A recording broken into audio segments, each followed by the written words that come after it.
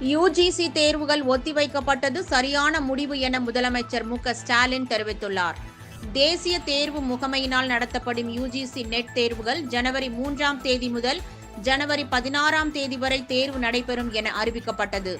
தமிழகத்தின் பாரம்பரிய விழாவான பொங்கல் அன்று இந்த தேர்வு நடைபெறுவதால் தேர்வுக்கான தேதியை மாற்றக் கோரி முதலமைச்சர் ஸ்டாலின் உட்பட பல அரசியல் தலைவர்கள் கோரிக்கை வைத்தனர்.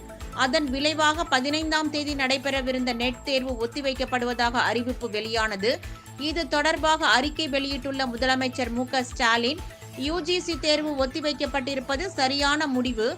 தமிழ் பண்பாட்டு திருநாட்களின் போது முக்கிய தேர்வுகள் நடைபெறும் என மத்திய அரசு அறிவிப்பதும், மாநில அரசின் தலையீட்டுக்கு பின்னர் அது ஒத்திவைக்கப்படுவதும் வாடிக்கையாகிவிட்டது என்று கூறியுள்ளார்.